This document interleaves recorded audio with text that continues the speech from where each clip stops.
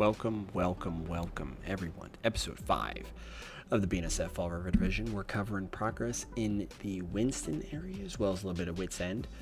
Video starts here as we leave Fall River through Sage across the river, which done some updating, but not enough to do a full video on. Just trying to figure out how to make the scene a little wider as we arrive here at Wits End.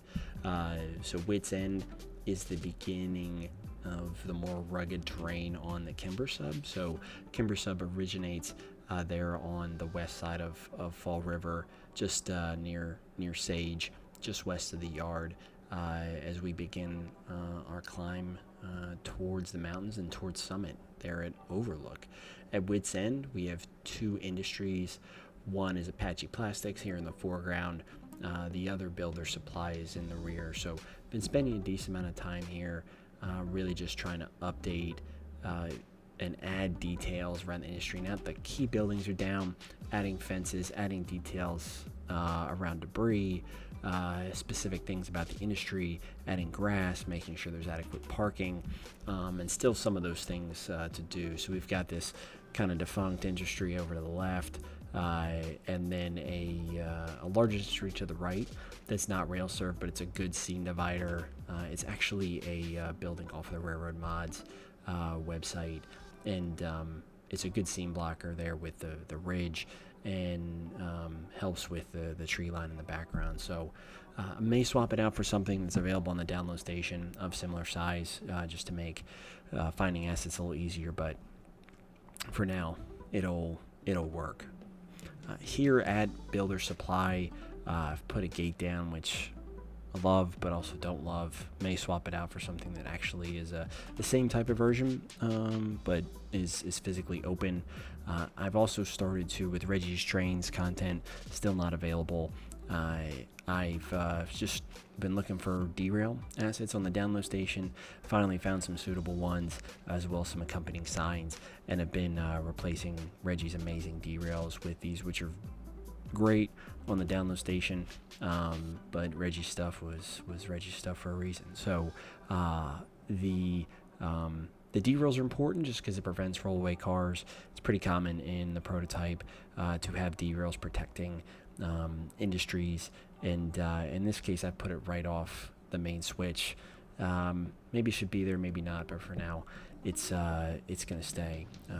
This area was the last area that was completely grid, and I've really enjoyed, even though I had this huge block about what to do here, I really enjoyed combing my pinterest board, putting grass down, putting trees down, just kind of iterating only about 20 minutes at a time, and that helps me keep fresh and not get burnt out in the scene, because there is so much going on. As we continue west, we've started to add details at Clearwater Paper around the shipping and receiving entrance. Still a lot of work to do here over to the right in the background around the back of the building, but it's not really trackside, so I'm going to try and not get too bogged down what's going on over there. The red line that you see here throughout this video is invisible track, and as you can see, it's used for an invisible locomotive. This is really just for zoomed in screenshots and some video capture stuff, which actually you'll see some of that in here later in the post. As we move west, we're down here at CP East Winston. This is where you access Clearwater Paper off of Main 1. There's also a single crossover from Main 2 to Main 1. I think I'm going to simplify the switch arrangement here because it's gotten lumpy, and that's completely on me. So I did stick to the original track plan to a T in this area, with the switch locations and how John had designed Clearwater Paper. But what happened was I had wanted to create a grade here because it was actually completely flat, and in doing so I kind of jacked up this area and had to raise the splines once and in and around the paper mill. I didn't want to do it twice, so I think I'm actually going to remove some of the switches, maybe elongate this turnout off of Main 1 to reduce that lumpiness and sort of the weird elevation change that exists here. So like I said, that's all me, and that's that. The other nice asset I found here, they're really small in this view, but they're PTC antennas that are available on the download station. Just search for PTC for anyone who's doing a modern route. They're a nice little touch. They are a track object, so if you want them a little farther away from track center or different elevation, etc., just throw down some invisible track, and that's what I've actually had to do here at CP East Winston. For the most part, the Winston station shown here is done. I haven't touched this in probably 3 months. Probably won't go back to it for any significant changes. I actually think it's a really cool little scene with the Y and the historical aspect of how it looks. The station building is from the switchback.